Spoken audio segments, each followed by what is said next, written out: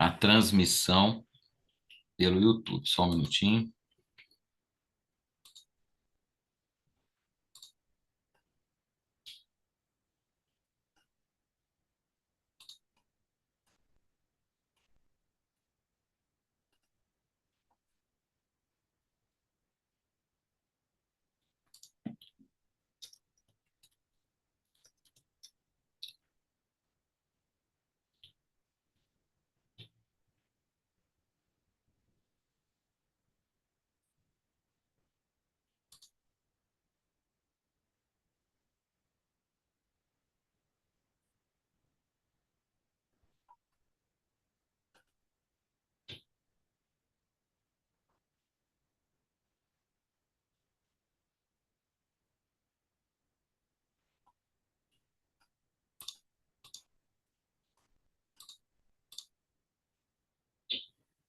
Muito bem, nós estamos ao vivo no canal do Instituto de Estudos Fiscais, IF, no YouTube, e no evento internacional conjunto entre o Instituto de Estudos Fiscais, nós estamos ao vivo e o Instituto de Estudos Fiscais e a Pontifícia Universidade Católica de Minas Gerais, a PUC Minas, através do seu programa de pós-graduação em Direito.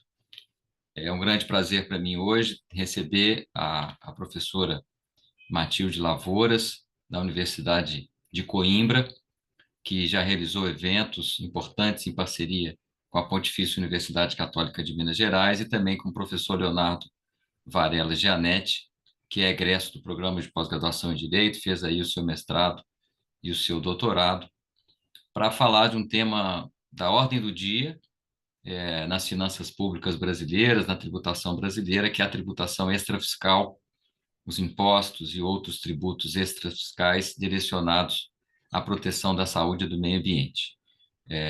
Tramita no Congresso Nacional, como se sabe, uma proposta de criação do chamado imposto seletivo, que se destina a gravar os bens e serviços prejudiciais à saúde ou ao meio ambiente, o que é uma novidade no direito brasileiro, e nada melhor do que ouvirmos a experiência de um país da Europa, ainda mais um país tão ligado ao Brasil como Portugal, para que possamos avaliar esse quadro, né, e a adequação e conveniência da criação desse imposto no Brasil.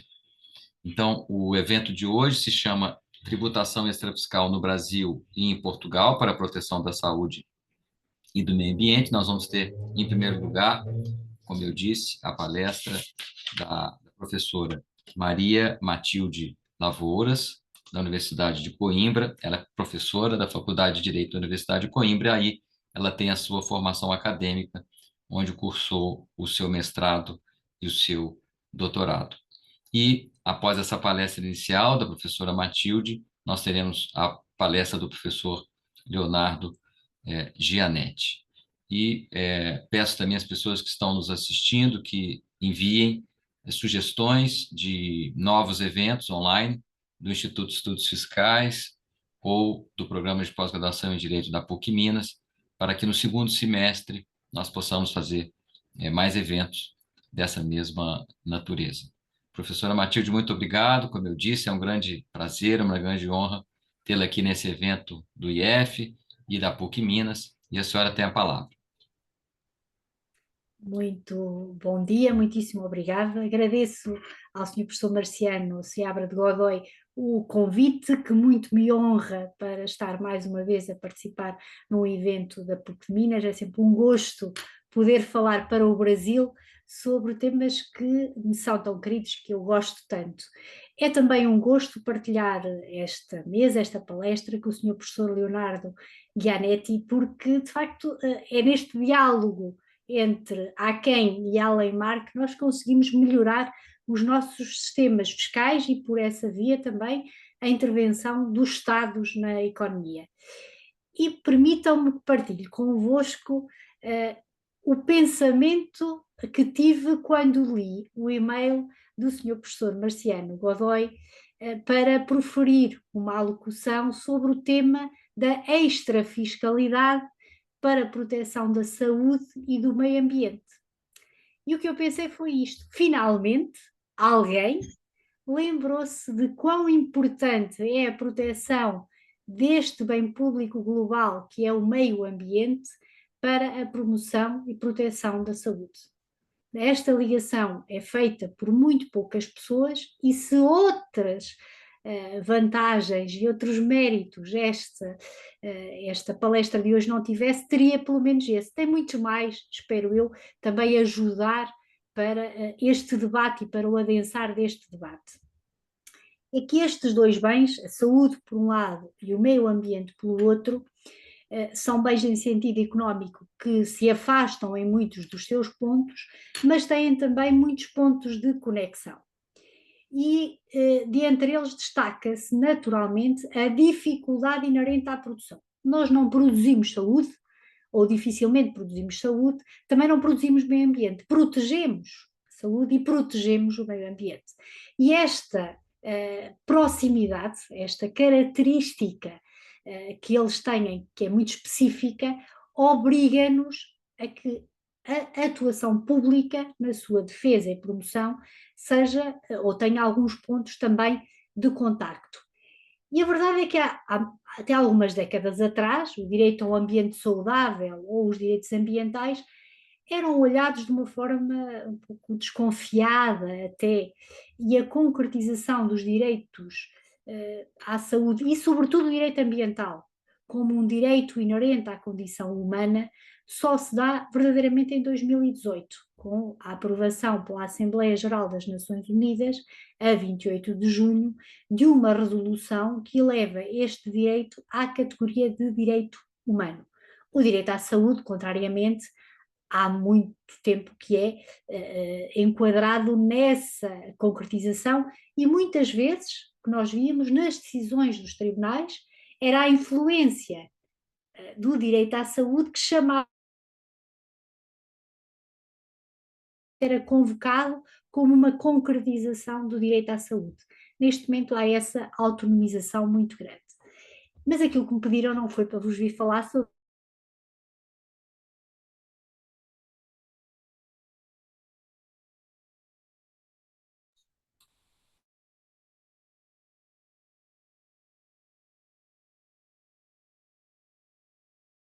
sobretudo para garantir a existência de condições suficientes e adequadas ao pleno desenvolvimento do direito à vida humana. E dentro dessas medidas, naturalmente que entram as medidas da fiscalidade em geral e da extrafiscalidade em especial.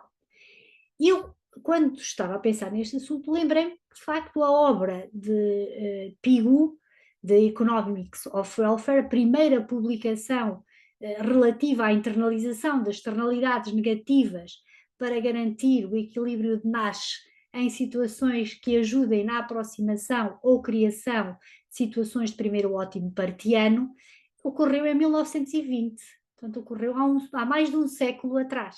Portanto, há um século atrás alguém pensou de facto nesta dificuldade de internalizar externalidades negativas nos preços dos bens e serviços e avança com a solução da criação de impostos para ajudar nessa internalização.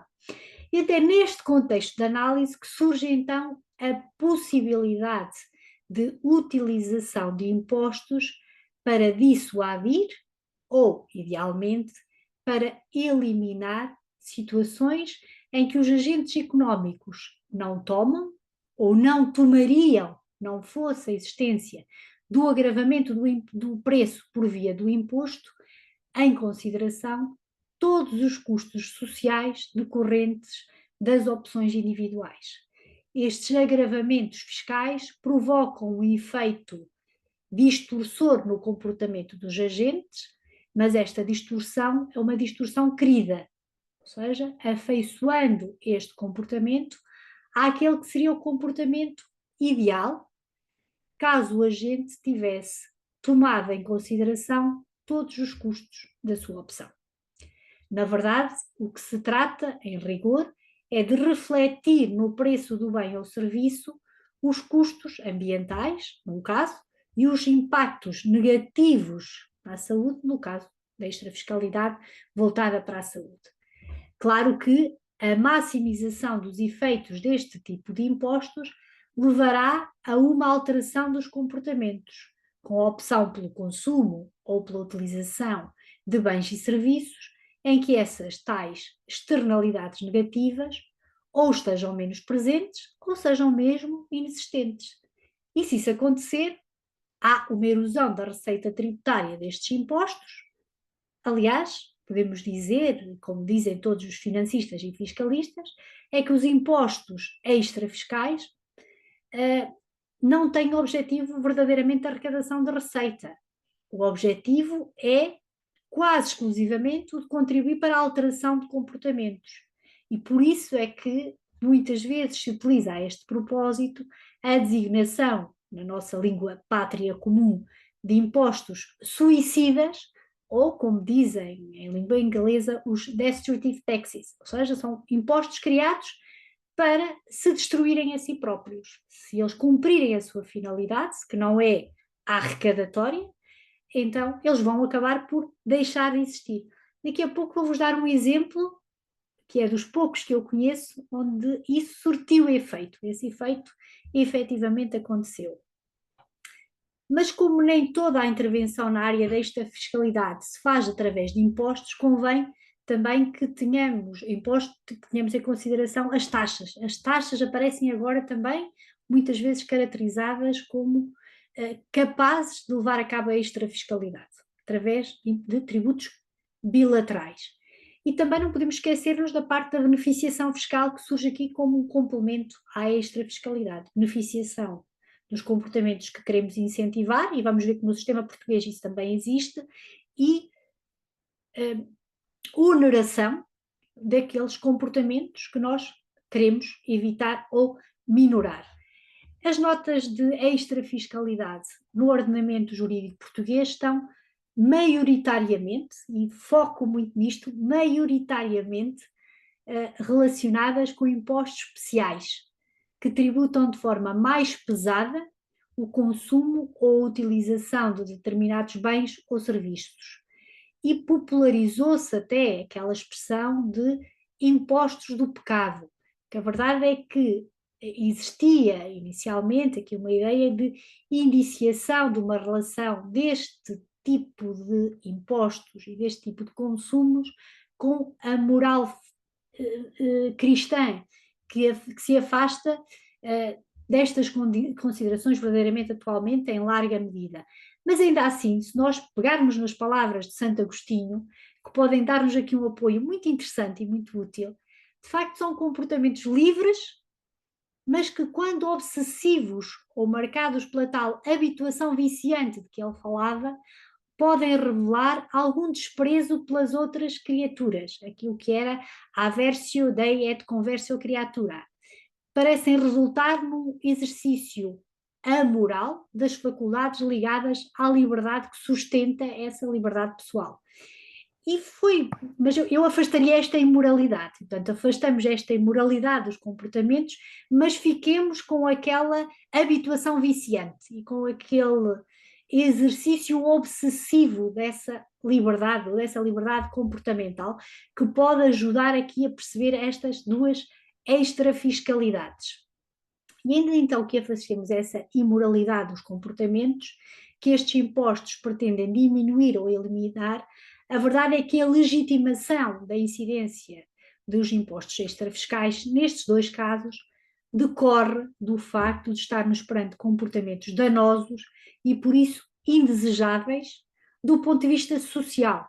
E, portanto, não são necessariamente pecado, mas são indesejáveis do ponto de vista social, e o direito e a moral, como sabem, nem sempre se entrecruzam muito bem. Do que se trata, então, é de mecanismos que permitem a tal internalização nos preços dos efeitos nefastos em termos globais ou até mesmo, em alguns casos, em termos pessoais. Aliás, essas condições levaram até que fosse afastado o princípio da capacidade contributiva e adotado o princípio da equivalência ou o princípio do benefício como norteador da distribuição do encargo tributário nestes impostos com finalidade extrafiscal. Esta era uma ideia que era defendida pela doutrina e pela jurisprudência de forma muito consistente, mas, como vamos ter a oportunidade de referir, em Portugal esta ideia ficou bem clara nos vários diplomas que concretizam a extrafiscalidade no domínio ambiental e no domínio da saúde. Encontramos em todos eles essa referência expressa. O valor do imposto é fixado tendo em consideração o princípio da equivalência. Portanto, é afastada claramente a capacidade contributiva aqui. Feito este brevíssimo enquadramento, pelo qual peço desculpa, vamos entrar então na análise do tema principal, que é a extrafiscalidade em Portugal nos domínios da proteção da saúde e do meio ambiente. Começando precisamente pela proteção da saúde. Convém naturalmente olharmos aqui, não esquecermos a referência ao importante contributo que os impostos especiais têm, mas também de outros impostos, como vou ter a oportunidade de referir, para o cumprimento destes objetivos de extrafiscalidade. E esta ideia aparece muito clara no preâmbulo do Código dos Impostos Especiais de Consumo, aprovado em 2010, e sobre o qual eu falarei um pouco a seguir. Até 2010 nós já tínhamos estes impostos, alguns destes impostos já existiam, só que estavam dispersos por vários diplomas. Em 2010 o que acontece é que eles são agregados num único código, que é o Código dos Impostos Especiais de Consumo. E comecemos pelo primeiro, o imposto sobre o álcool, bebidas alcoólicas e bebidas adicionadas de açúcar e outros edulcorantes. Um imposto que está agora, mais ou menos com algumas similitudes com este, a ser discutido no Brasil, precisamente. Este imposto está previsto precisamente no capítulo 1º do Código dos Impostos Especiais do Consumo, aquilo que nós designamos por Código dos IECs. E não obstante a existência de algumas semelhanças entre o imposto sobre o álcool e as bebidas alcoólicas, o legislador português separou as bebidas alcoólicas das bebidas adicionadas de açúcar e outros edulcorantes, e portanto tem um tratamento diferenciado, enquanto que um está na secção primeira, o outro, o IAB, o Imposto sobre Bebidas Alcoólicas, a secção segunda dedica-se precisamente ao imposto sobre as bebidas adicionadas de açúcar e outros edulcorantes. Em traços gerais, ambos os impostos incidem sobre a introdução no consumo, e isto é muito importante porque houve aqui uma alteração substancial. A liquidação do imposto é feita na introdução no consumo, tal como definida no artigo 9º do Código dos IECs, das bebidas especificamente mencionadas no diploma. No entanto, apesar de incidir logo na introdução no consumo, é um imposto que vai onerar o consumidor final, mercê daquele fenómeno que todos conhecemos da repercussão progressiva do imposto até ao consumidor final. Portanto, vai-se repercutir no preço, provocando a sua subida e, por essa via, tentando alterar o comportamento dos consumidores finais.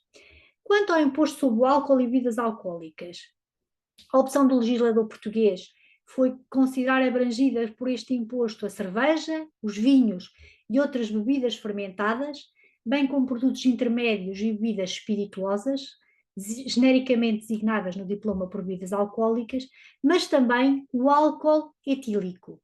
A definição de cada uma depois das bebidas é feita por referência a códigos de nomenclatura combinada e a um teor alcoólico mínimo. Portanto, estes códigos são códigos internacionais e são especificadas quais são as bebidas que estão abrangidas e as que não estão abrangidas.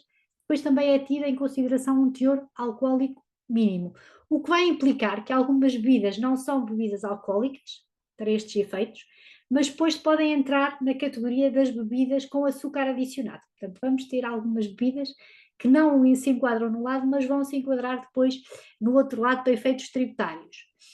As isenções de imposto em sentido estrito, excluindo aqui as não incidências, acabam por levar a que seja tributada a taxa de 0% os vinhos tranquilos e os espumantes, e portanto acabam por ter também em consideração algumas questões sociológicas, e portanto temos também aqui essa influência da sociologia na fiscalidade. A definição da base de incidência varia de produto para produto e a coleta também. por se tratar de um imposto específico, não só impostos já de valor, são impostos específicos, fica dependente de outros fatores que não o preço. No caso da cerveja, por exemplo, o valor do imposto a pagar é determinado por referência ao número de hectolitros sobre o grau plato, ou seja, sobre a percentagem de peso do extrato original por 100 gramas de cerveja, ou o grau alcoólico adquirido do produto acabado, aumentado o valor a pagar por cada aumentando, peço desculpa, o valor de imposto a pagar por cada hectolitro à medida que aumenta o grau de plato ou o grau alcoólico, ou seja, o imposto varia em função do grau alcoólico da bebida já adquirida. Mas, por exemplo, nas outras bebidas fermentadas tranquilas e espumantes, são tributadas a 12,06 euros por hectolitro. Mas vou-vos dar aqui um caso que eu acho que é interessante, não vamos estar aqui naturalmente a analisar as tabelas, a tributação que incide sobre bebidas espirituosas com 100% de volume, em que o valor do imposto por hectolitro é de 1.601,51 euros, ou seja, um valor altíssimo, portanto, para terem um pouco também a dimensão da variação e do agravamento da tributação em função do teor alcoólico. Portanto, esta medida, eu sei que neste momento já estão a fazer a conversão para reais, esta medida, esta menção ajuda a perceber a grande variação de imposto que há entre de bebidas com teor alcoólico mais baixo e bebidas com teor alcoólico mais alto, onde o efeito de desincentivo ao consumo é muito mais marcado. Quanto ao regime das bebidas não alcoólicas, e é aí que encontram as tais bebidas adicionadas de açúcar ou de outros edulcorantes, também encontramos aqui a sua definição por base à nomenclatura combinada e ficam excluídas naturalmente as águas, mas entram as águas minerais e as águas gaseificadas adicionadas de açúcar ou de outros edulcorantes, refrigerantes, bebidas energéticas. Eu não sei se aí no Brasil há muito hábito, mas em Portugal, onde há muitas águas gaseificadas naturais, agora há muitas águas que são adicionadas de sabores, de açúcares e de edulcorantes. Portanto, essas águas entram nesta nomenclatura combinada da NC 2002 e, portanto, são englobadas nesta categoria, dependendo do teor de açúcar que tenham. Mas também há outras bebidas com teor alcoólico superior a 0,5 graus por volume ou inferior a 1,2, que acabam por ser enquadradas nesta categoria. Entram também aqui os concentrados, sob a forma de xarope ou em forma líquida, os pós, os grânulos ou outras formas sólidas destinadas à preparação de bebidas, portanto, não só as bebidas, como também todas as formulações que possam, por mera adição de água ou de outro líquido, levar à produção de bebidas. Portanto, o consumo em Portugal de grãos, grânulos e pós, eu creio que é capaz de ser inferior àquele que existe no Brasil, não há tanto esse hábito, mas sei que em países onde as temperaturas são mais elevadas é mais comum e, portanto, estas bebidas também acabam por ser aqui abrangidas. Os concentrados são muito usados cá, sempre foram. Há um que é muito comum, que é a groselha, que é de produção quase artesanal e, portanto, também entram nesta categorização.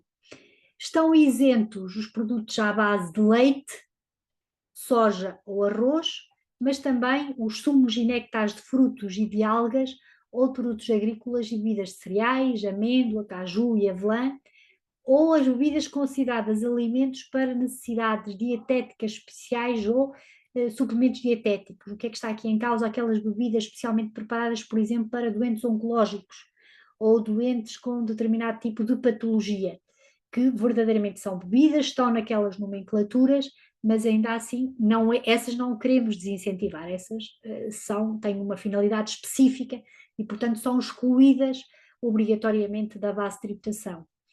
Bem como as bebidas consideradas como alimentos para necessidades específicas ou aquelas bebidas cuja mistura final resulte da diluição de outros concentrados. E nessas situações, quando estamos a falar de bebidas que resultam da diluição de vários concentrados, o que é tido em consideração para a imposição ou não do imposto, é perceber qual é o resultado da diluição no final. Se nós temos teor alcoólico, se temos teor de açúcar, onde é que elas vão ser tributadas. Depois também há isenções relacionadas com tipos de utilização. E aqui o valor é calculado em função do teor de açúcar adicionado. Abaixo de 80 gramas por litro, a taxa a pagar é de 8 euros por hectolitro. Quando esteja acima de 80 gramas é de 16,46, e depois, sendo concentrados, então temos em consideração o número o volume de açúcar na sua diluição final. Eu quero deixar aqui já uma nota a propósito das bebidas açucaradas. O que é que acontece? A partir do momento em que é aprovado este novo código, a generalidade dos produtores começa a criar bebidas sem açúcar adicionado e com edulcorantes que não sejam os definidos na norma. E, portanto, por essa via, a alterar a bebida, fazendo com que não haja incidência do imposto. Portanto, mantenha outra bebida em produção também, mas começa ele próprio a alterar a sua produção e começa a haver um enviesamento, porque a diferença de preço é considerável, haver uma alteração de comportamento.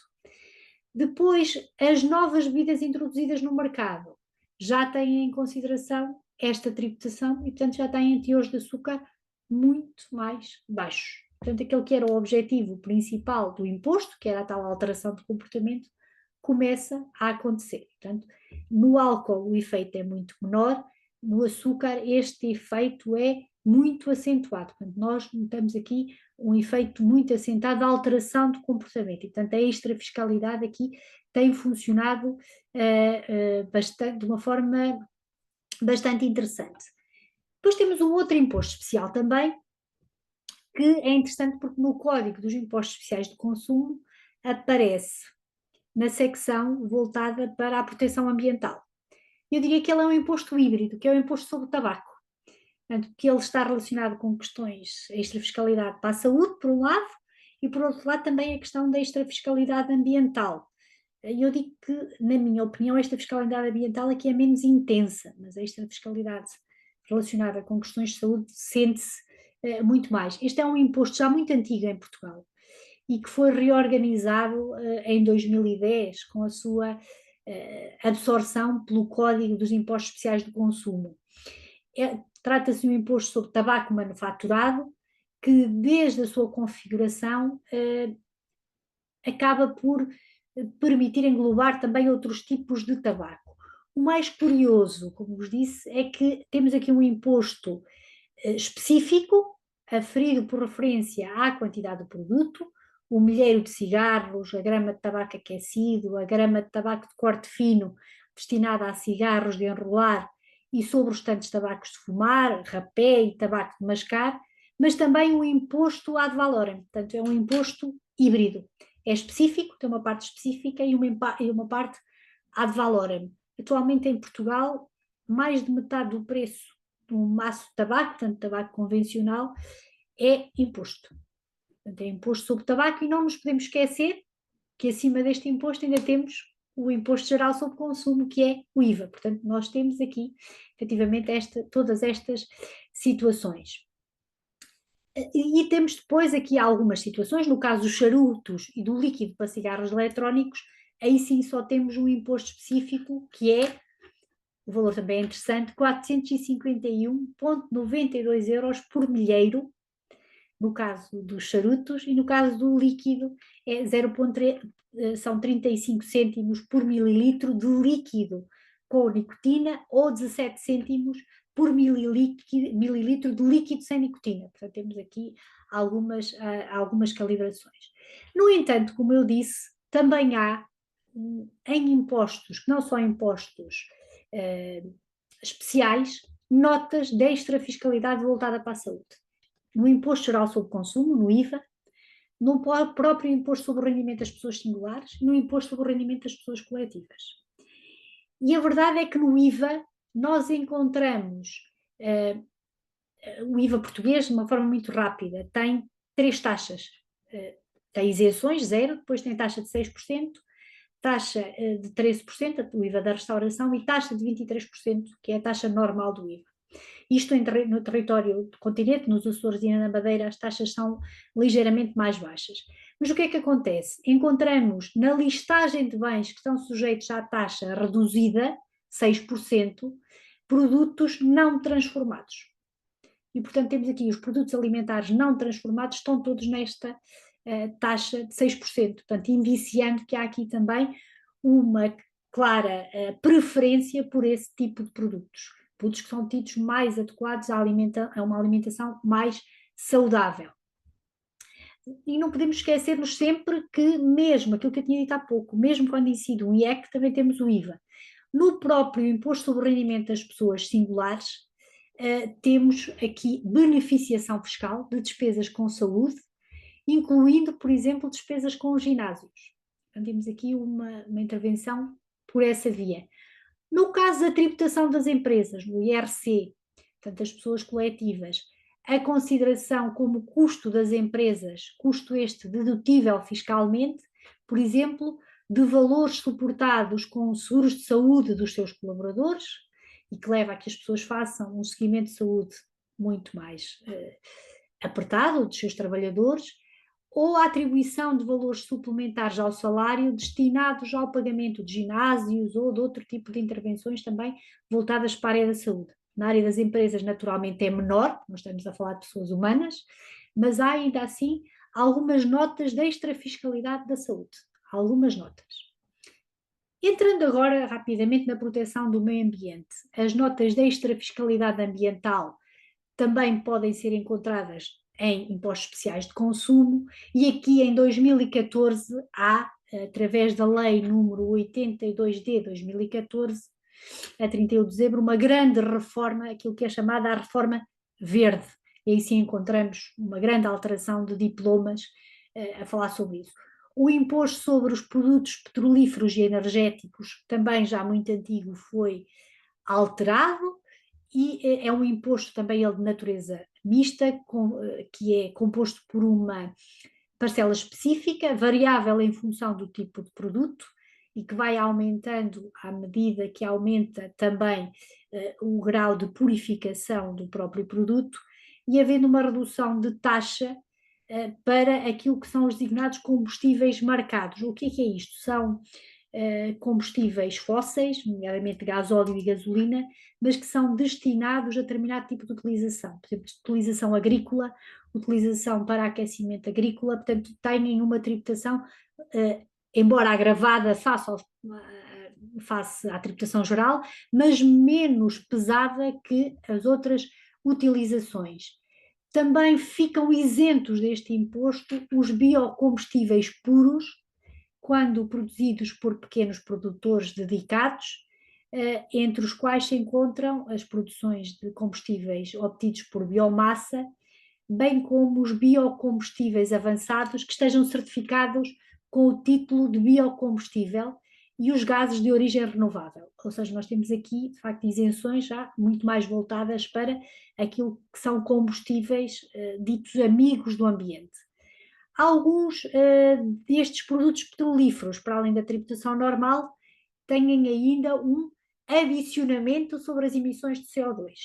As emissões de CO2 e de outros gases com efeito de estufa são uma grande preocupação em Portugal e na União Europeia, e, portanto, tem aqui também essa questão. Avançando, até para não vos deixar aqui muito retidos, diria que este valor das emissões de CO2 é calculado a partir do valor de referência no âmbito do comércio europeu de licenças de emissões. E, portanto, temos aqui uma ligação a uma receita da União Europeia, que é a receita das licenças de emissão, que vai influenciar muito as alterações que vão ocorrer nos próximos anos ao nível dos impostos ambientais.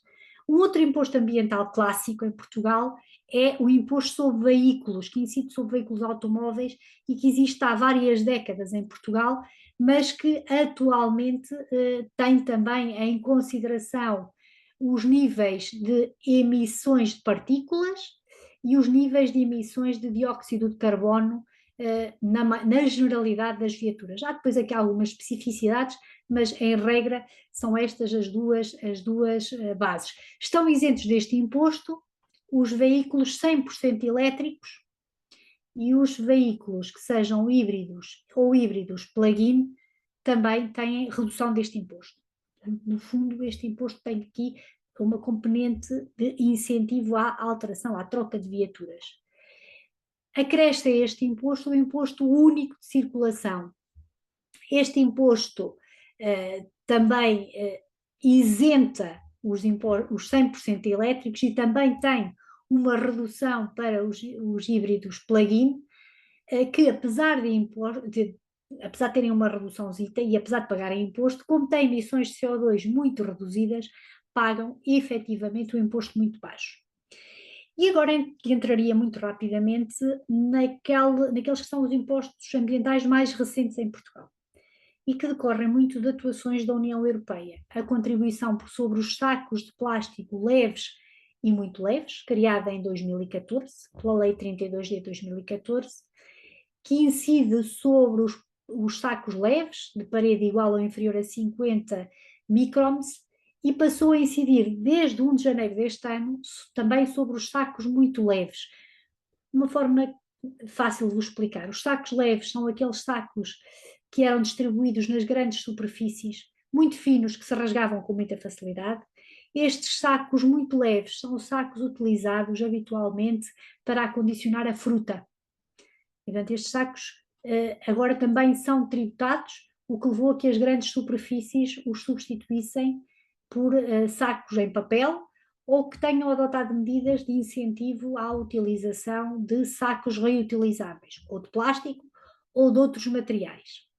A esta contribuição existe também agora uma contribuição sobre as embalagens de utilização única, a refeições prontas a consumir, no regimes de pronto a comer e levar ou com entrega ao domicílio, bem como as embalagens de utilização única que acondicionam refeições prontas a consumir no ponto de venda ao consumidor final.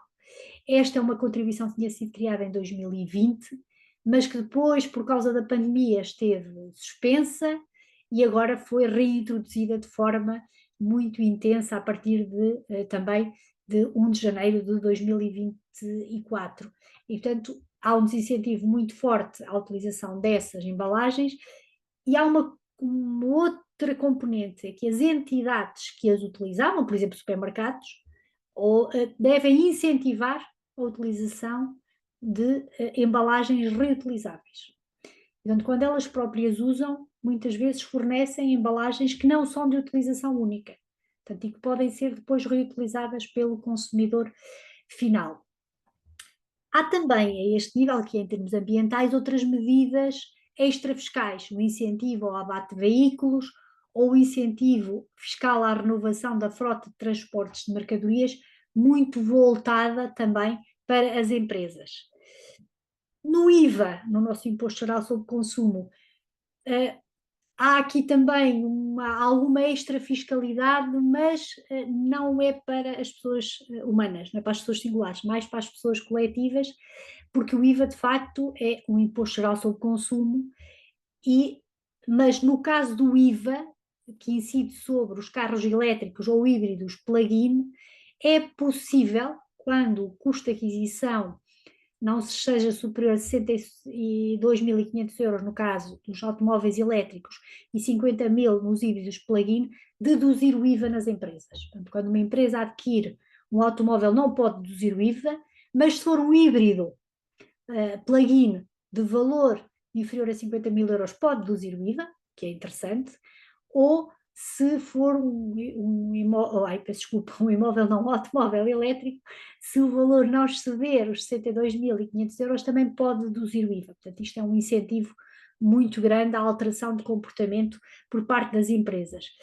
E no imposto sobre o rendimento das pessoas coletivas também há aqui duas situações com uma extrafiscalidade muito forte. Porquê?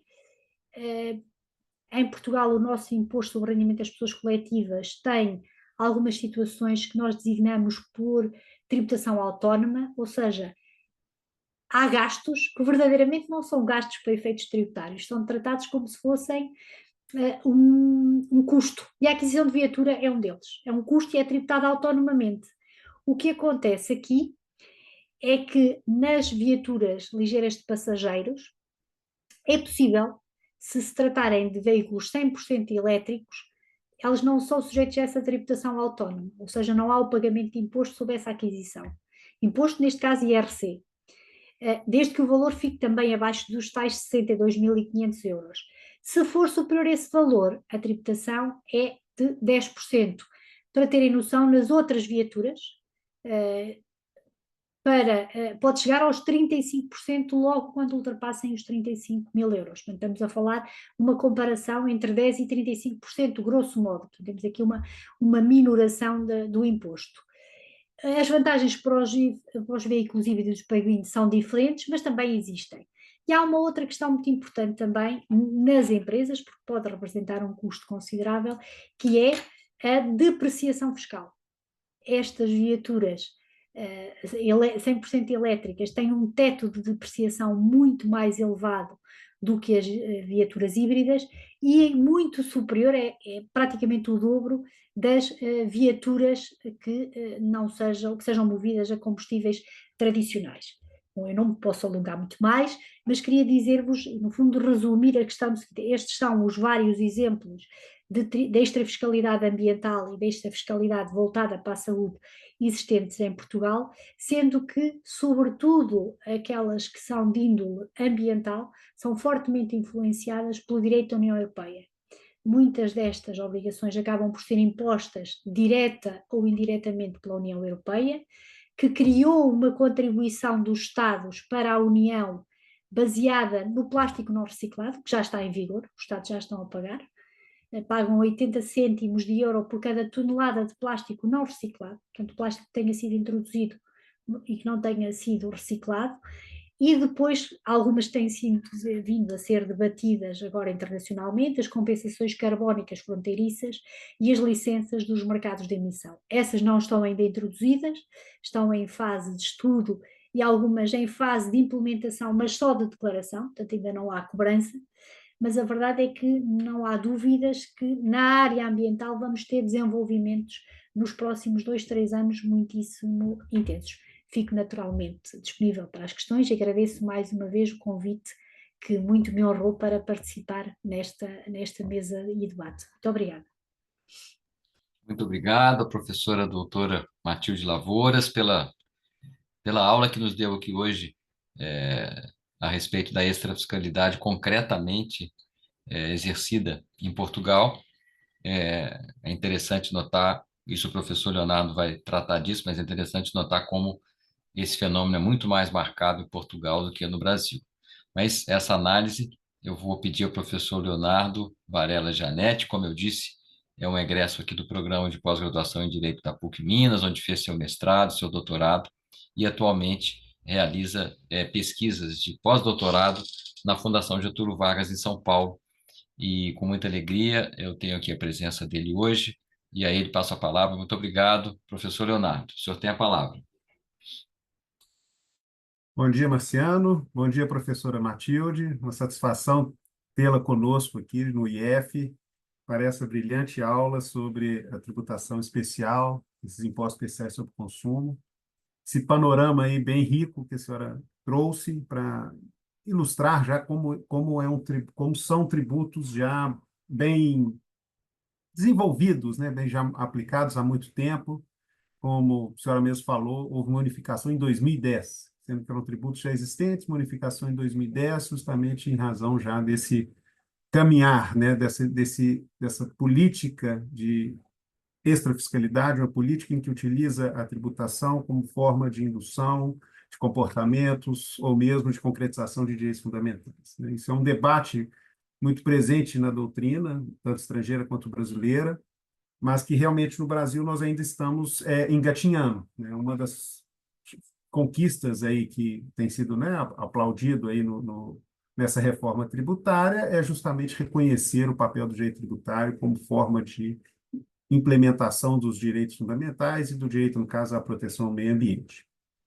No meu caso aqui, eu trarei um pouco algumas ideias, alguns esclarecimentos aí sobre a questão desse imposto seletivo, que foi um imposto criado agora com a reforma da Emenda Constitucional de 132, e que é um imposto bem polêmico, na medida que possui pretensões talvez mais avançadas, mais de caráter extrafiscal mais presente, porém, seu cenário, seu desenho vem se mostrado um imposto que tende a ser mais tímido no âmbito extrafiscal e ter mais uma presença fiscal de arrecadação do que eventualmente o desejado. É um imposto, então, realmente criado na competência federal e que ele incide sobre bens prejudiciais à saúde ou ao meio ambiente. Esses bens prejudiciais à saúde e ao meio ambiente vão ser, então, previstos em uma lei complementar e hoje existe em trâmite no principal projeto de lei em trâmite no Congresso Nacional a respeito da matéria, o PLP 68, elaborado pelo governo federal, em que ele prevê, então, a incidência desse imposto sobre diversos veículos, né? Tem veículos automotores, e aí tem diversos códigos, aeronaves e embarcações, produtos fumígenos, bebidas alcoólicas, bebidas açucaradas e bens minerais que são extraídos. Sobre bebidas alcoólicas e produtos fumígenos, isso não é uma novidade no Brasil, nós sempre tivemos essa tributação especial pelo chamado IPI, Imposto sobre Produtos Industrializados, que sempre foi o exemplo brasileiro de a utilização extrafiscal, né, um dos exemplos do Brasil de utilização extrafiscal como forma de indução de comportamentos, né? Sobre esses dois bens, o IF realizou um evento há poucos dias, poucas semanas, em que a professora Tatiana Psiteri e o professor Francisco, da Universidade Federal de Goiás, trataram muito bem do assunto e deixam claro que realmente a tributação, como vem sendo, né, principalmente pelo IPI, como vem sendo utilizada hoje, ela tem conseguido resultados no âmbito da saúde, principalmente no campo dos produtos. Tabaco tem se mostrado no Brasil uma redução do consumo, né, do cigarro. Isso vem sendo reduzido à medida, sim, e há gráficos, há dados estatísticos mostrando que realmente o aumento do preço, e aí um aumento substancial do preço do produto, ou seja, do custo tributário no preço do produto, tem levado à sua diminuição. Então, é uma tendência que nós tenhamos aí nos próximos anos, mesmo com o imposto seletivo, essa continuidade, ou seja, termos um preço, né, um custo tributário elevado nesses tipos desses tipos de produtos, de forma a realmente induzir esse comportamento de não utilizar ou dificultar principalmente o acesso aos jovens a esses produtos. Então, eu não acredito que teremos muitas novidades ou mudanças no que diz respeito à tributação tanto das bebidas alcoólicas quanto dos produtos derivados do tabaco. As novidades são realmente uma tributação especial sobre veículos, né, embarcações e aeronaves, e as bebidas açucaradas e esses bens materiais. E aqui eu vou fazer mais uma diferenciação mais à frente, para vermos até que ponto esse caráter fiscal talvez esteja mais presente em alguns tipos de produtos, na tributação de alguns tipos de produtos e menos em outros, né? Esse imposto seletivo também ele terá um caráter de monofasia, ele se incidirá uma única vez, ele não irá gerar crédito, como também não permite a tomada de crédito. Ele também tem algumas hipóteses de não incidência, como não incidência sobre a energia elétrica, isso foi um debate muito grande na época do Congresso, na época da aprovação da emenda, na medida da essencialidade, da relevância da energia elétrica para a população, né, para toda a sociedade brasileira. Também não incide sobre telecomunicação, e tanto energia quanto telecomunicação aqui, essa não incidência decorrente da essencialidade, decorre também do entendimento do Supremo Tribunal Federal de que são tipos de mercadorias, né, produtos que, à luz da tributação sobre o consumo, têm que ser tributados na alíquota ordinária, na menor alíquota, na alíquota padrão do caso do ICMS, não poderiam ser tributados a alíquotas majoradas, como sempre ocorreu no Brasil. Então, foi uma alteração, um entendimento muito relevante do Supremo Tribunal Federal sobre a aplicação do princípio da seletividade. de modo que, então, impôs uma tributação reduzida em termos de alíquotas padrões de ICMS para esses produtos.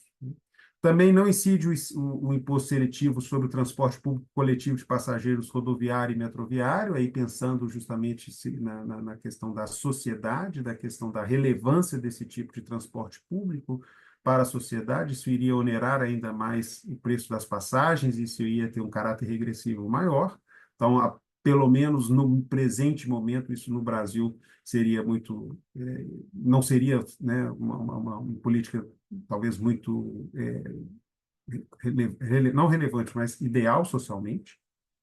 E também não incide sobre produtos, bens e serviços com redução de 60% da alíquota padrão dos IBS e CBS. Esse é um ponto que parte da doutrina já começa a apresentar críticas na medida que você pode, e aí entra uma categoria de produtos que vem sendo bastante discutida, que são chamados ultraprocessados, em que, independentemente da matéria-prima e tudo mais, mas sim em razão da forma que é industrializado, essa categorização desses produtos poderia levar a uma tributação mais onerosa, na medida que seria mais prejudicial à saúde.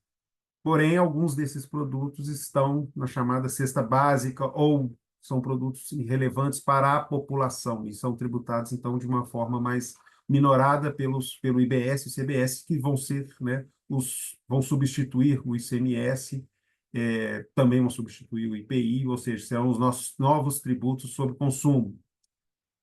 Alguns desses produtos que têm tributação minorada, segundo já se verifica, seriam prejudiciais à saúde, mas não poderiam ser onerados pelo imposto seletivo. Isso vai ser uma discussão futura, mas já mostra ali que o imposto seletivo ele não quis realmente, não tem como, talvez, pelo menos nesse começo dessa caminhada, alcançar todos os tipos de produtos que sejam maléficos à saúde. Então, essa é uma característica que nós temos ainda.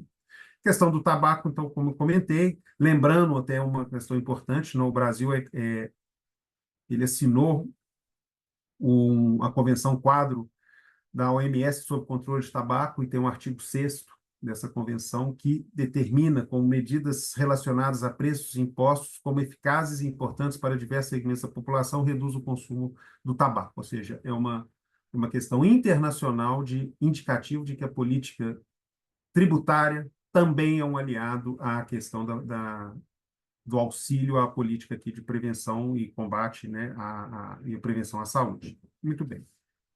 O caso dos veículos, a senhora que até comentou, e foi interessante na medida em que também há essa preferência aí pelo veículo elétrico, né? O Brasil caminha ainda bem a passos bem devagar, bem de tartaruga, para essa mudança do tipo de fonte de combustível para os veículos, né? Nós ainda temos uma dependência enorme dos combustíveis fósseis para toda a nossa malha rodoviária, seja de veículos utilitários leves, ou seja, principalmente para caminhões e ônibus, né? Nós dependemos, no caso de caminhões e ônibus, do diesel e, no caso dos veículos, o da gasolina e também do álcool. O fato é que também, pelo projeto de lei complementar, nós podemos ter variações das alíquotas, aí considerando vários critérios que têm esse elemento aí ambiental, pode-se dizer assim, né? A potência do veículo, desempenho, eficiência energética, a pegada de carbono, isso tudo poderá levar a uma variação de alíquotas, sendo que terá alíquota zero veículos considerados, qualificados aí com uma sustentabilidade ambiental, e de veículos aí sim destinados a veículos que são tributados à alíquota zero pelo IBS, e aí é uma categoria muito pequena que é direcionada aos veículos adquiridos por deficientes, veículos que adquiridos por pessoas com autismo, ou mesmo veículos direcionados a táxis. Então, esses também não serão tributados pelo imposto seletivo, uma vez que não são tributados pelo IBS. Por fim, para finalizar, aqui nós temos um imposto seletivo específico sobre bens minerais, que vem sendo bastante discutido, bastante questionado, e cuja cujo critério de extrafiscalidade ele é bem colocado em dúvida. Nesse caso, já a própria Constituição limitou a tributação a 1% sobre o valor do produto extraído, né? Sendo que a legislação prevê uma alíquota zero para o gás natural usado na industrialização. Ou seja, a fonte de energia para a industrialização, ela não será tributada, mas o gás natural utilizado normalmente, enfim, principalmente os produtos decorrentes do minério de ferro, no caso aqui o minério de ferro, ele será tributado. Não são todos os minerais que o projeto de lei complementar contempla, mas o principal mineral extraído no Brasil, o minério de ferro, ele será tributado, sempre com esse limite de 1%. Muito bem. Esse é o panorama hoje que nós temos de um desenho, de um projeto de lei que será debatido ainda muito no Congresso Nacional. Cremos ser difícil que outros produtos ou que o alcance desse imposto seletivo seja majorado, ou seja, aumentado, ampliado. A tendência é que talvez seja pelos debates, seja ainda reduzido. Mas o fato é que nós não temos hoje, pelo menos no desenho presente, um imposto seletivo sobre combustíveis. Temos sobre veículos, temos sobre alguns bens, bem mineral, produtos, tabaco, cigarro, gasolina, o álcool, bebidas alcoólicas, bebidas açucaradas, mas nós não temos um imposto seletivo sobre combustível. Isso, em termos para alguns, pode-se entender que nós estaremos caminhando na contramão de uma política ambiental mais efetiva. Porém, a tributação sobre o consumo, a tributação sobre combustível no Brasil, ela tem um histórico complexo. Ela sempre teve uma tributação elevada no âmbito dos estados, mas no âmbito federal, ela sempre foi objeto de manobras na hora das crises econômicas e quando foi necessário reduzir custos ou tentar frear a inflação. Então, o governo federal sempre teve um olhar para a tributação sobre combustível diferenciada. Sempre que nós tivemos crise, em 2018, nós tivemos a greve dos caminhoneiros, houve redução de PIS, COFINS sobre os combustíveis, principalmente o diesel e a gasolina, a zero. Tivemos também criado, há mais de 20 anos atrás, uma contribuição de intervenção do domínio econômico sobre combustíveis, a CID, né, derivados de petróleo, que há muitos e muitos anos tem uma arrecadação muito pífia. Então, sempre que foi necessário, o governo abaixou também a zero a tributação do combustível. Então, o combustível no Brasil, o combustível fóssil no Brasil, ele ainda é objeto de uma discussão de uma política pública diferenciada na medida da sua extrema relevância. E sempre foi algo delicado quando é um elemento que influencia muito o custo das operações, o custo dos produtos, fazendo com que realmente uma tributação do seu imposto seletivo hoje poderia redundar também numa dificuldade política enorme de aprovação. Então, não sei se temos ainda um cenário político que permita a tributação pelo imposto seletivo dos combustíveis.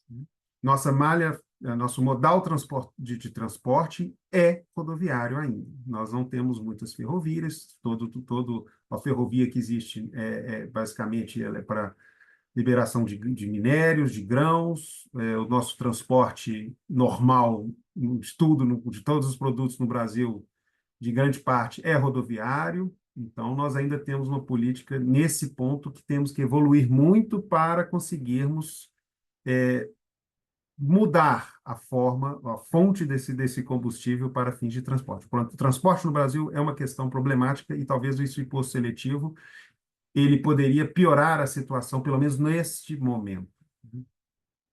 Muito bem.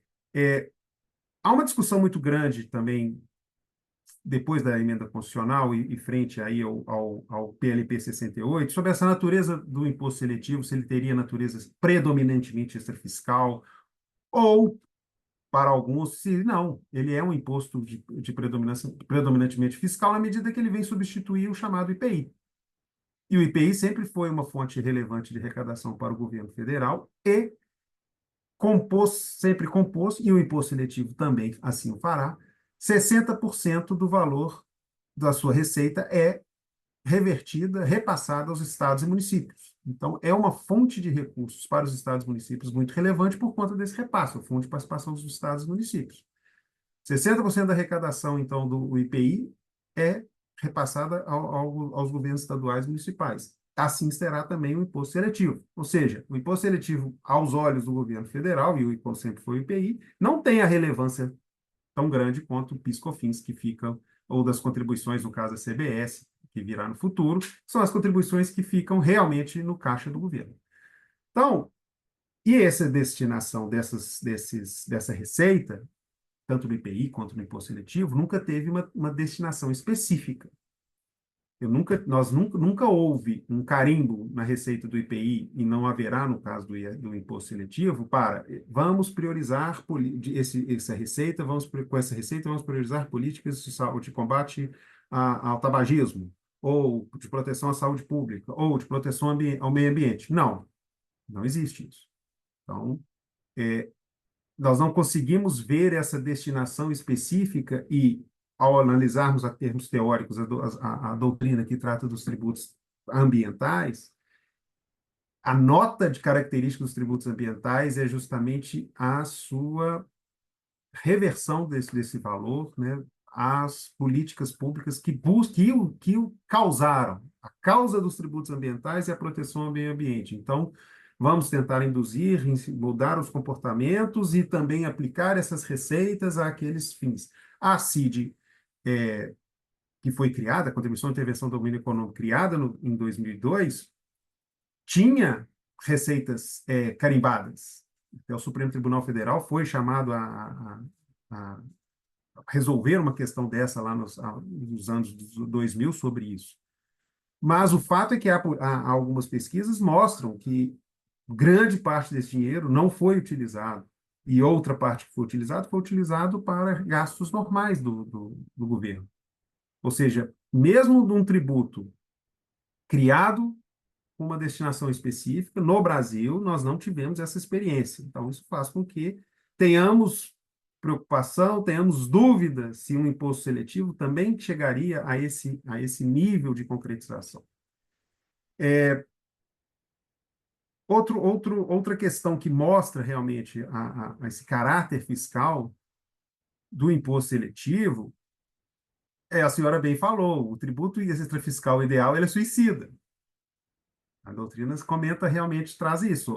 Ele vai ter uma receita momentânea alta, vai induzir os comportamentos, as pessoas vão deixar de consumir aqueles produtos, vão conseguir um substituto, substituí-los por outros melhores, e a receita então irá cair.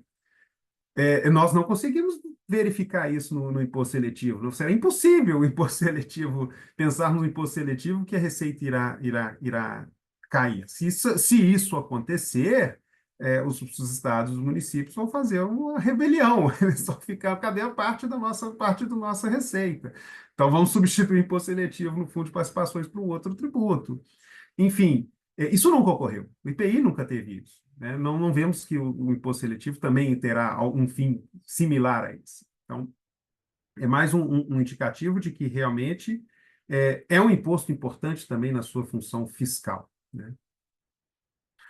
A questão da extrafiscalidade, pelo menos nesse momento, no Brasil, talvez ela esteja um pouco mais presente nas questões de saúde. Né? Como comentei, o tabagismo, a questão da bebida alcoólica, sempre foi mais fácil, apesar de vira e mexe termos discussões de que esses produtos, ao encarecer demais esses produtos, isso viabiliza ou isso facilita o contrabando, a ilegalidade e tudo mais. O fato é que existem várias pesquisas mostrando que contrabando, essas políticas não são tão afetadas por conta desse aumento de preços. Por outro lado, o aumento de preço considerável reduz a sua utilização. Então, talvez essas questões voltadas à proteção da saúde sejam mais vistas em efeitos concretos nesses tributos em que incidem sobre tanto sobre o tabaco quanto sobre a questão das bebidas alcoólicas. As bebidas açucaradas serão um novo desafio.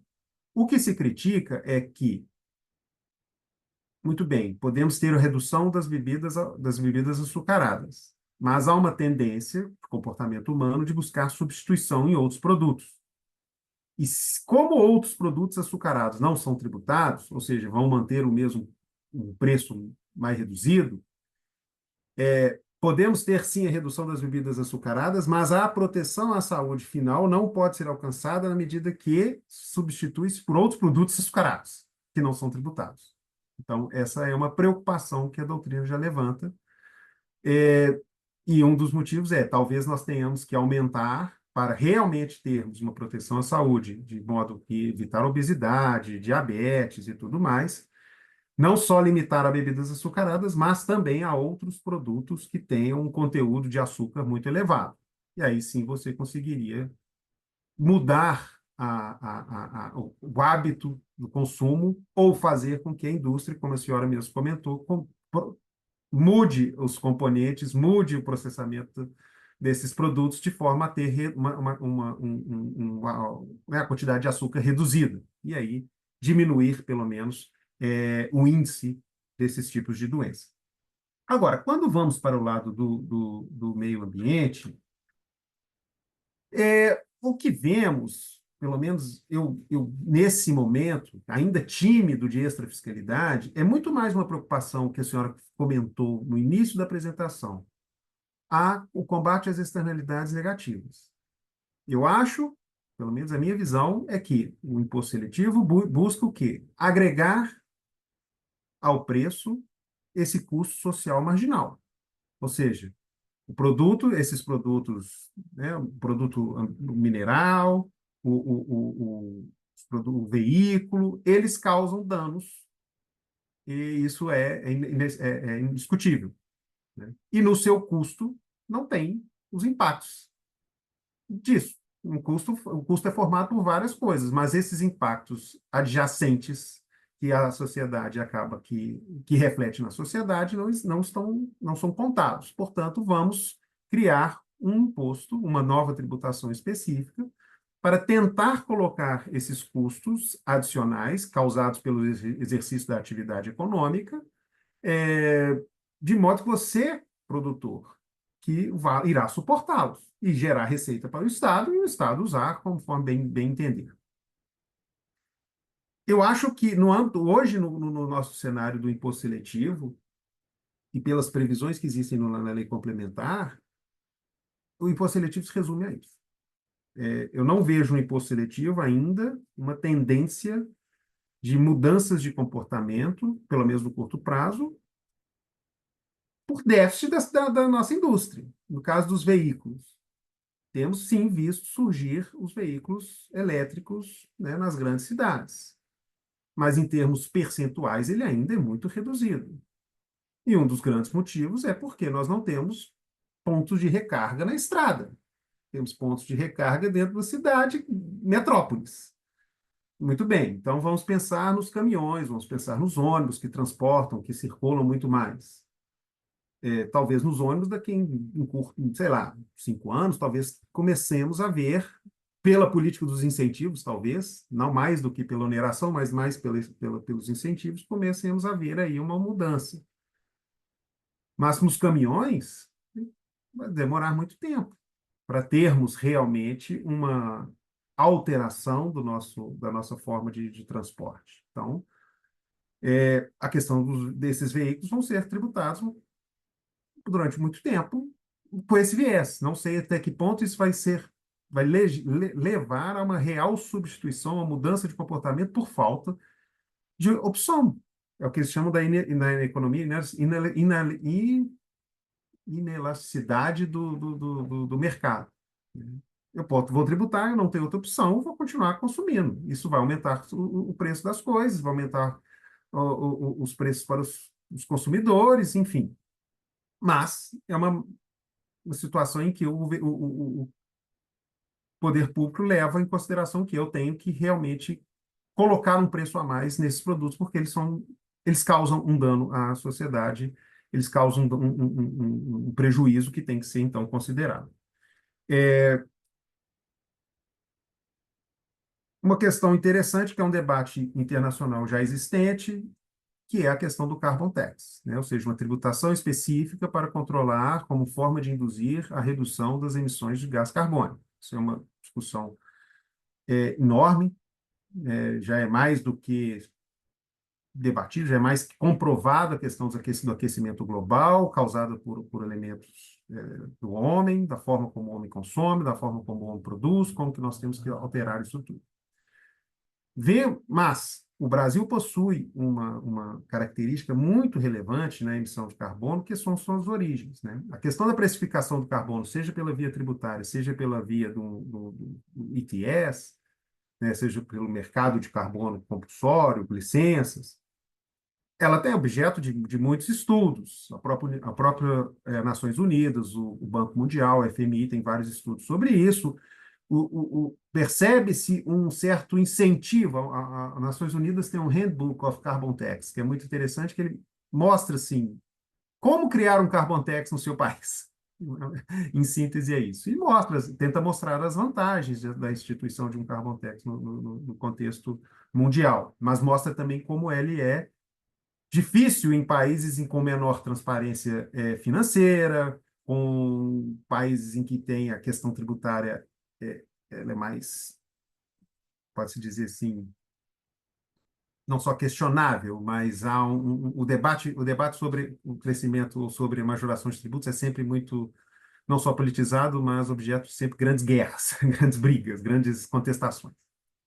Mas, enfim, o Carbon Tax, principalmente criado nos países escandinavos e na Europa, o debate decorre porque a principal fonte de energia, a principal fonte de emissão é a energia. O Brasil, pelo contrário, 75% mais ou menos, aproximado, né, nos últimos anos, últimas décadas, 75% das emissões do gás de efeito estufa no Brasil decorrem do desmatamento e do uso da terra.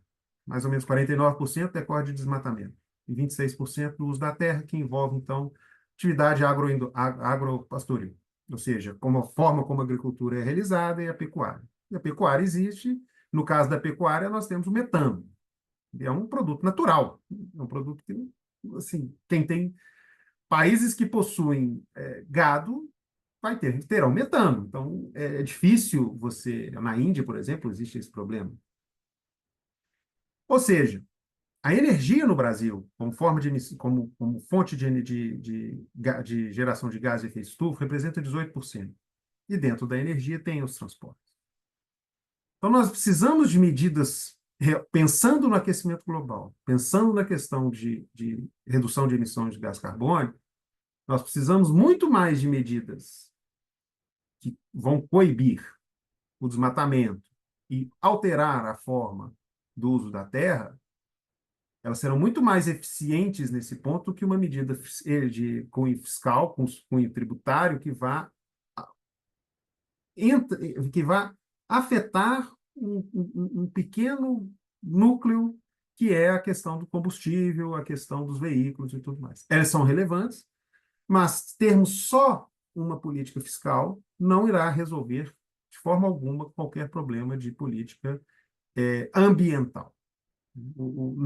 Nessas apresentações do professor Francisco e da Tatiana, ficou muito claro, eles mostrando que a extrafiscalidade só funciona se houver de forma coerente e de mãos dadas outras medidas políticas que atuem de forma também tão eficaz. Senão, a política fiscal ela não vai resolver absolutamente nada. Então, essa questão do aquecimento global, no Brasil principalmente, ela tem que ser olhada com esse viés, ela tem que ser analisada com essa diferenciação do contexto brasileiro frente ao contexto mundial. Então, no que nós temos, nós não temos um carbon tax ainda no Brasil, né? Uma tributação sobre veículos não pode ser considerado realmente um carbon tax. E o seu debate futuro ele tem que ser muito mais aprofundado. Não podemos ficar meramente com uma retórica, ou meramente com exemplos dos países estrangeiros, na medida em que as realidades são distintas. Então, a política extrafiscal ela é uma política muito mais sofisticada, muito mais exigente, e que, nesse contexto de proteção né, da questão ambiental e a questão da proteção à saúde, principalmente a questão ambiental, eu acredito que o imposto seletivo ele pode ajudar, mas vai ajudar muito, muito pouco, né? E, por fim, na mineração, o que vemos é realmente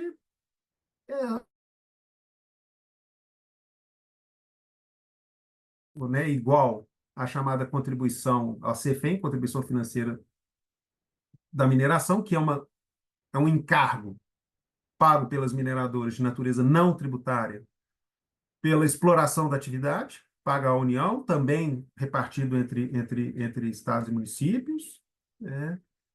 E, enfim, é um tributo pautado no princípio poluidor-pagador. Meramente isso. Nada mais que isso. Não há qualquer indicativo de que isso vai. Você não tem como. Não vai deixar de minerar, não vai deixar de extrair.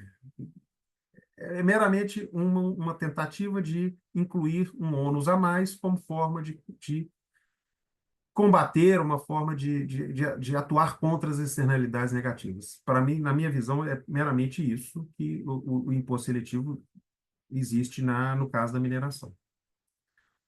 Então, para finalizar a minha conclusão, é de que o imposto seletivo hoje, nesse desenho, tanto do texto constitucional quanto do projeto de lei complementar, ele é um imposto muito similar ao IPI, de modo que a sua propagada função extrafiscal ela será tímida, talvez mais presente no combate à saúde do que no combate ao meio ambiente. Esse desenho talvez seja o desenho possível no presente momento brasileiro, de que busca uma reforma tributária sobre a tributação do consumo, de modo que o imposto seletivo ele vai ficar sempre à margem, não vai ser nunca o papel principal, talvez no futuro, talvez daqui a uns anos, em que tenhamos mais outras opções, em que tenhamos outras políticas que realmente mostrem que podemos começar a tributar o combustível fóssil de uma forma diferente do que existe hoje. E, por fim, não temos um carbon tax no Brasil ainda. Não tem, se começarmos a... É possível que daqui a pouco tenhamos ali alguém dizendo, não, agora nós temos a tributação sobre carbono e tudo mais. Ela não existe. O fato é que nós temos meramente, agora, no Brasil, alguns produtos sendo tributados de uma forma diferenciada para combater externalidades negativas. Nada mais que isso. Muito obrigado aí por toda a atenção. Muito obrigado, professor Leonardo, por essas considerações sobre o imposto seletivo, que já está previsto na nossa Constituição, mas ainda não foi criado, né? Está em processo de tramitação legislativa. E essa comparação é muito importante entre os dois sistemas. E se nós pensarmos bem, o projeto de lei complementar sobre o imposto seletivo se parece, né, com a lógica portuguesa, porque há uma previsão de tributação dos combustíveis, do petróleo e do gás natural, como também há em Portugal, como foi mencionado pela professora Matilde, a tributação das bebidas açucaradas, que no Brasil é uma novidade, mas que em Portugal já existe há alguns anos, a tributação do tabaco e das bebidas alcoólicas, que tanto no Brasil quanto em Portugal são já tradicionais, né?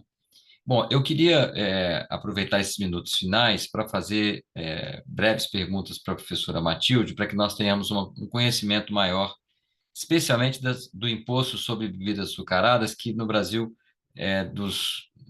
das possíveis incidências do imposto seletivo, hoje uma das mais polêmicas e comentadas. As minhas perguntas são as seguintes. Em primeiro lugar, me deu a impressão que essa é uma tributação não prevista ou imposta pela União Europeia, e sim uma iniciativa portuguesa, mas eu queria que isso fosse confirmado. Depois, perguntar sobre como foi a aceitação social desse imposto, se foi polêmico, se a população aceitou bem, se foram feitas pesquisas de opinião ou não. A professora Matilde já disse que houve uma mudança de comportamento em termos de novos produtos com menos quantidade de açúcar terem sido desenvolvidos pelas empresas, mas eu indago se houve também uma medição na redução do consumo das bebidas muito açucaradas, ou seja, aquelas bebidas que tinham um grau muito alto de açúcar, se houve alguma medição no sentido de ter havido uma redução. E, finalmente, se há uma previsão, se isso já foi feito, ou pelo menos se há uma previsão de avaliações periódicas sobre a efetividade do imposto, avaliações com transparência, com informação ao público sobre a redução ou não dos níveis de consumo, sobre, enfim, o impacto sobre os preços, se há algum tipo de acompanhamento, porque eu dou a informação adicional de que, no nosso caso, do imposto seletivo, há uma previsão de 5 em 5 anos de haver uma avaliação sobre a efetividade do imposto na consecução da política de proteção da saúde e do meio ambiente. Eu não sei se em Portugal isso existe. Então, com essas perguntas, eu creio que aqui o público brasileiro, né, terá ainda mais informações sobre a experiência portuguesa.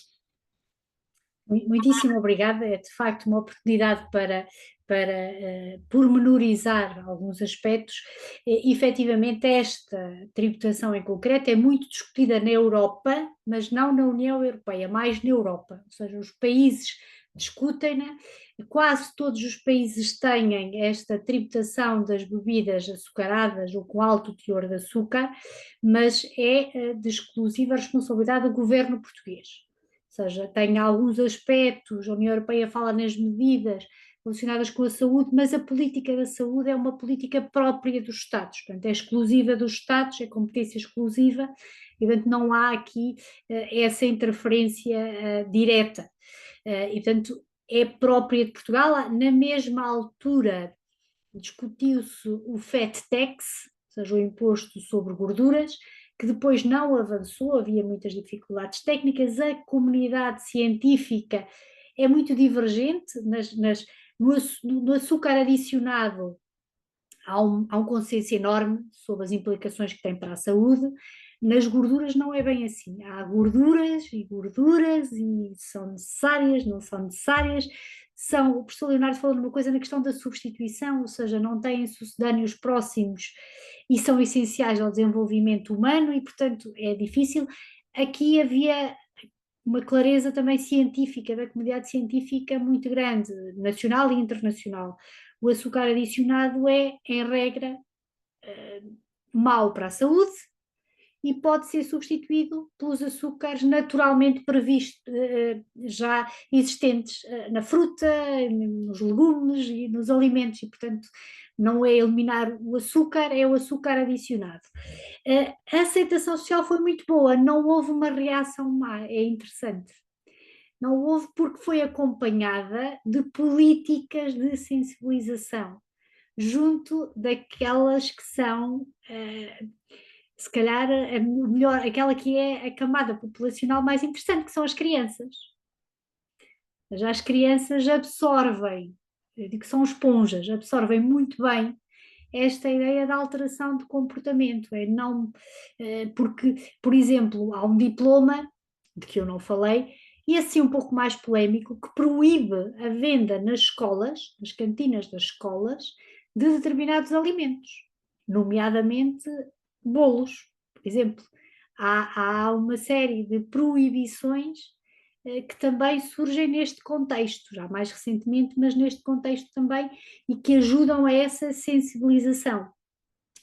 E a verdade é que esses estudos antes da implementação do imposto foram sendo feitos, foram sendo acompanhados e monitorizados pela comunidade científica e pelas academias também, portanto, quer da área da saúde, quer da área mais jurídica, para que depois sustentarem a decisão do legislador, que é sempre uma decisão política, naturalmente, mas estão sustentadas também em estudos técnicos da própria eficácia dos impostos.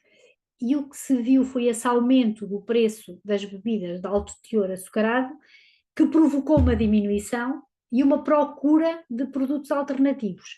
Eu diria que não foi só por causa do imposto, eu diria que essas outras medidas complementares de sensibilização também foram importantes. E, claro, o aparecimento dos tais produtos com menor teor de açúcar ou de edulcorantes, sobre os quais já não incide o imposto, veio ajudar. E aí a indústria tem uma importância muito grande, porque uma coisa eram os produtos com baixo teor de açúcar que nós tínhamos há 20 anos atrás, que tinham um sabor muito diferente, em termos de palato, eram muito diferentes, e nós agora temos produtos zero, cujo sabor é muito mais aproximado daquele que é zero, neste caso zero açúcar, que é muito mais aproximado dos produtos com açúcar. Mas, como digo, isto foi acompanhado também de campanhas para tentar diminuir o consumo de, por exemplo, de refrigerantes, focando nos refrigerantes muito. Foi muito incentivado o não consumo de refrigerantes, muito, muito, muito incentivado.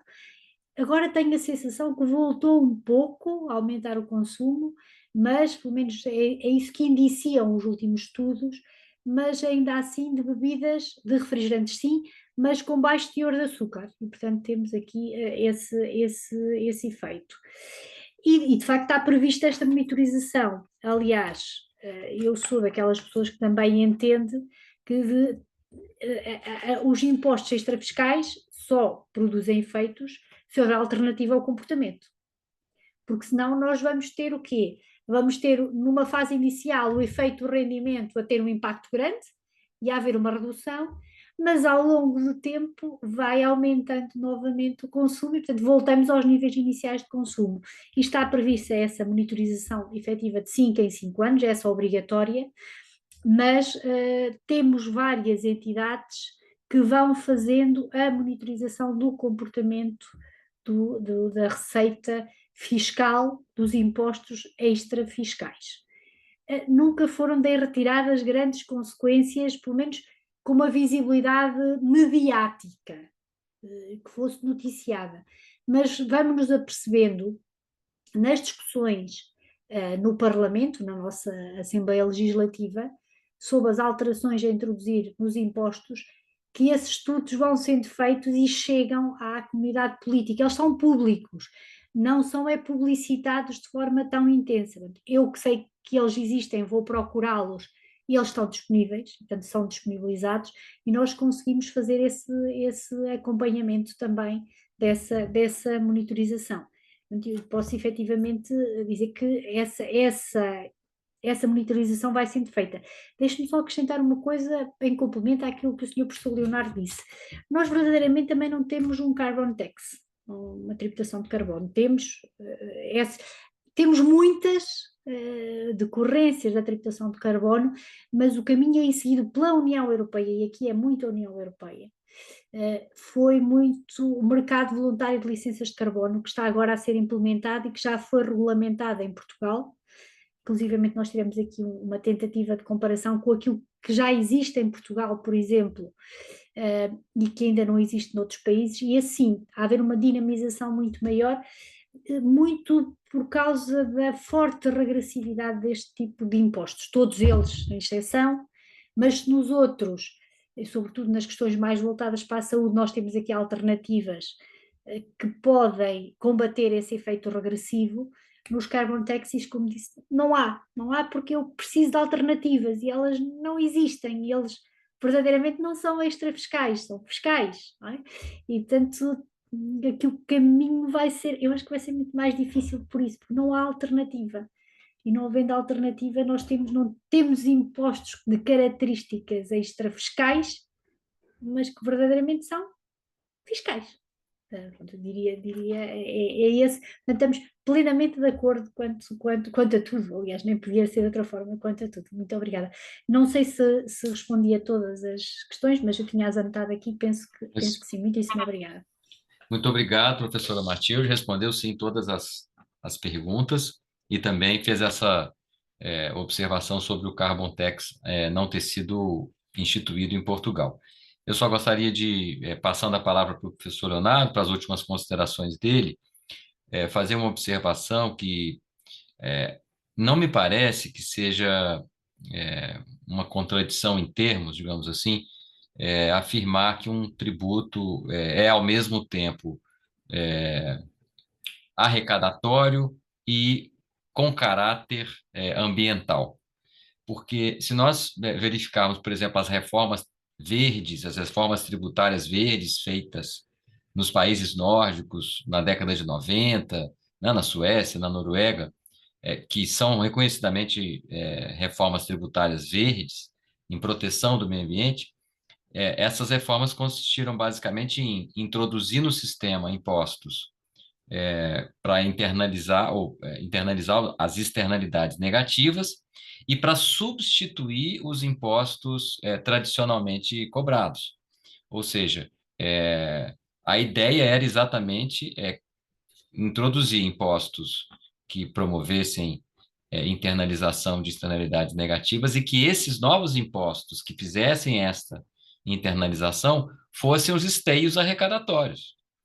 Isso foi feito nos países nórdicos, em alguma medida isso evoluiu, né? Isso não permanece da mesma maneira. Então, só de nós termos novos impostos que promovem essa internalização e que eles substituem os impostos antigos. Eu me lembro, por exemplo, a proposta dos países nórdicos de tributar menos o trabalho, tributar menos as folhas de salários das empresas, porque se considerou que isso tinha um efeito econômico negativo, e se passar a tributar mais o consumo de produtos que fazem algum dano ao meio ambiente. Essa foi a ideia, né? O duplo dividendo, que todos nós que estudamos também essa matéria. E me parece que o imposto seletivo, como o professor Leonardo mencionou, é mais ou menos isso. Não se trata de ter um produto, não se trata de ter um imposto que pode ser um imposto suicida, como disse a professora Matilde. Isso não está em cogitação, porque ele é feito para ter necessariamente um caráter arrecadatório. Mas mesmo assim, nós ainda podemos considerar como um imposto ambiental, né? Na medida em que na experiência histórica mesmo dos países, isso já aconteceu, né? Muito bem, então eu agradeço a professora Matilde mais uma vez pela brilhante exposição e por essa complementação com aspectos sociológicos sobre o comportamento das pessoas diante desse imposto. E agora passo a palavra para o professor Leonardo para as últimas considerações para nós podermos encerrar esse evento. Professor Leonardo. Obrigado, Marciano. Eu concordo aí com as suas considerações. Acho que, infelizmente, temos, assim, né, um pouco... Algumas pessoas têm uma idealização da extrafiscalidade, de forma que ela poderia resolver vários problemas. Ela vai ajudar alguns, mas o caráter arrecadatório ele vai estar presente, sim. Eu acho que... E o imposto seletivo me parece que vai caminhar dessa mesma forma. Ele sempre é muito similar ao IPI. Ele vai tentar moldar alguns comportamentos, vai tentar interferir em algumas situações da vida, mas sempre terá uma função de arrecadação, gerar receitas para o governo e, enfim, essa questão meio de idealizar a extrafiscalidade como uma forma do tributo alcançar realmente aquela finalidade última, sem qualquer consideração arrecadatória, eu acho que ela é inviável, ela é impossível na prática.